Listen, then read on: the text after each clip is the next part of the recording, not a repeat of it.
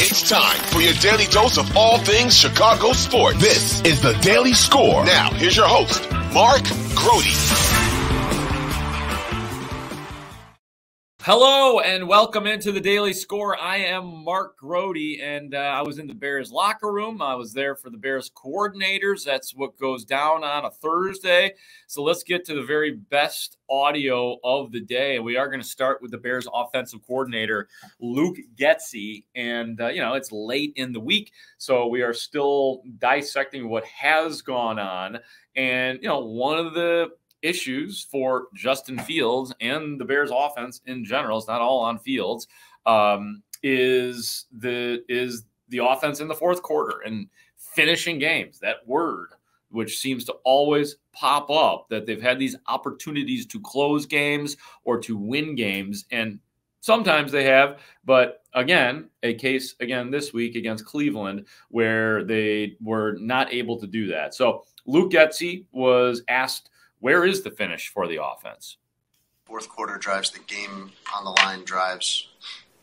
Were you hopeful that when you guys did that against Minnesota, when Justin led that drive in Minneapolis, that was going to spark something, that was going to unlock something where you guys would then be better at that going forward?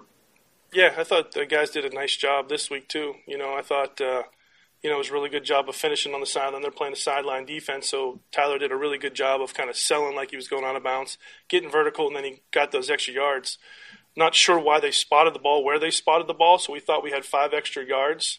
If you look at that, it's kind of a weird – I don't know what happened there. So we thought we were 5 yards away from our kick line, and you end up being 10 yards away from your kick line, so that kind of changed things too for us in that moment. And so – we still had an opportunity to get where we needed to get to. We had 2 really good opportunities.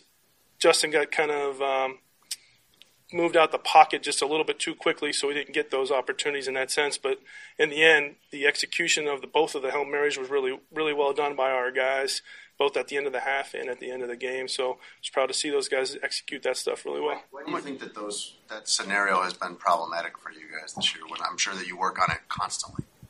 In what way? What do you mean? Just times where it hasn't worked out.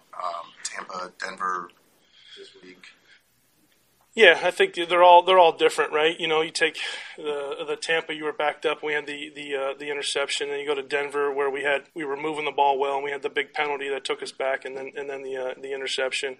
I thought this one the guys did a really good job of building off what we had done. We had to get big chunks because we didn't have any the timeouts available to us anymore. So that one was a little bit different for this particular situation. Where in Minnesota we had timeouts. Do you have to factor in time in all of that, though? I mean, as it comes down to those fourth quarter drives, 29 seconds backed up at the 25 in your own territory, 32 seconds.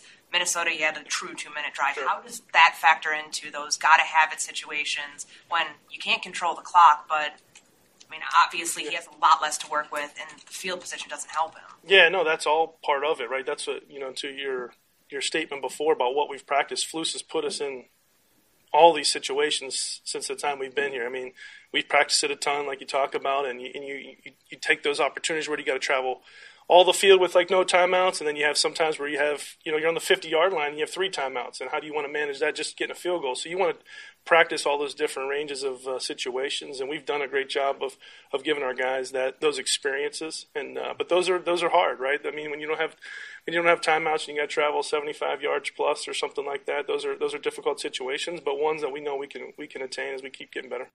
Yeah, well, I mean, that's the whole thing, too. I mean, that's just such a big part of winning games in the NFL. And I know not every quarterback can just zip it down the field and you're guaranteed like Patrick Mahomes or Aaron Rodgers, where if they have 2 minutes left in a game that they're probably going to get the ball within scoring position. But it just hasn't happened enough for the Bears, really, in this Luke Getsy era, the Justin Fields era, the Mitch Trubisky era, but we're not doing that. So that's an issue, and good questions were asked about that for sure. Let's get to Darnell Mooney, who seems like every time we talk to him, he's pretty introspective about what's going on because he's in the final year of his contract. He's not had a good year, not quite the playmaker that we expected him to be this year, and I assume that you guys all expected him to be. But he was still wanting to clear some stuff up, actually, from the Cleveland game. Of course, he had a chance to catch the Hail Mary. He dropped it, was not able to haul it in. He's also gotten a lot of crap on social media for the 4th-and-1 Justin Fields run, where everybody was calling him out for not getting a good enough block. So you will hear him offer his take or tell us what really was going on that play. So here's Darnell Mooney. I tried to catch the ball. Yeah. I'm falling. It's difficult. It's a difficult catch. I tried to catch the damn thing. I mean, I was falling. I tipped it to myself. And I see everything about the 4th-and-1 play. I'm not blocking for Justin. So if I was blocking for Justin, that would have been a more, thought like, okay, I got to hold this longer. It's supposed to be a pick route. Ran that same play versus the Dolphins last year. If you want to go search it, just look at that play. I mean, I'm picking for DJ. So other than that, I'm fine. It is what it is. I tried to catch the ball. How do you not let yourself get frustrated about it? It kind of feels like one of those seasons for you, like that's a play that's just sort of happening to you this year. I'm blessed to be where I am. All I can do is just continue to work and continue to, work right now for where I'm going to be, not where I'm at right now. So I just got to keep a positive, mindset. There's been some pissed off moments for sure. I've been mad as hell, but I'm human. And, I mean, I expect a lot more out of myself. I expect to have a stellar season. I expect to be a playmaker on my team, and that has not been the case this year. And I believe in myself, and my guys believe me as well. So at the end of the day, I'm going to continue to keep working, and we'll see where the chips fall. Is a little bit of anger good? Yeah, for sure. I feel like my boys will tell me sometimes they think I want to be angry, and I like anger. I like anger to build on it. I feel like I always come on top whenever I'm like mad or something. I put it to like work. I grind even harder. So a little anger is good, and I'm going to continue to keep that anger with me. I'm not angry right now, as you can see. I'm very happy, yeah. Yeah, he was smiling. He was smiling right there. But yeah, I'm glad that he got a chance to clear that up a little bit. The block on the 4th-and-1, and he's obviously been hearing it left and right about not catching that ball on the Hail Mary. The thing is with that is it just would have been a perfect moment for Darnell Mooney just because of the season that he's had. Like I said, it's not been a good season, and we've been asking him about him not having a good season every time we talk to him. So if he had just caught that ball, it could have been one of those thank God moments. This has been such a crazy year, and it probably wouldn't have changed his circumstance on whether or not because my best guess is that he won't be back next year. But always interesting to hear from Darnell Mooney right about now. This week, the Bears will face Arizona, home against the Arizona Cardinals, Christmas Eve game, 3:00 game, and they'll be going up against Kyler Murray. And here's Eddie Jackson on the Cardinals QB1. Man, he's just running. He's mobile. Like, he's very, very mobile. He's fast. He can throw the ball good, especially accurate down the field, man. And his just him being able to escape out of the pocket is different. I feel like we haven't faced that this year, so that's going to be a challenge for us, especially in the back end.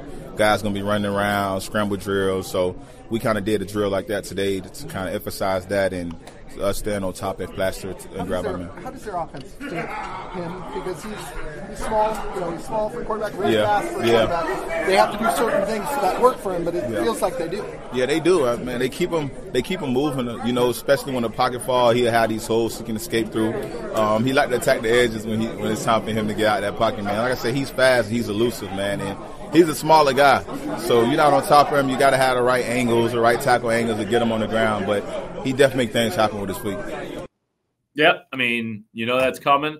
Be a little bit elusive with the size too. He gets out of that pocket very quickly. Pretty accurate passer as well. So yeah, I mean, I know that, man. They're dealing with their own question marks about what they're going to do with their quarterback there. But that dude, he can beat you. He can beat you even if he has had some leadership flaws and things like that. Finally, as we head into Christmas and the holiday and the new year, We thought it was nice that the Bears special teams coordinator, Richard Hightower, began his press conference like this. Happy holidays to you all.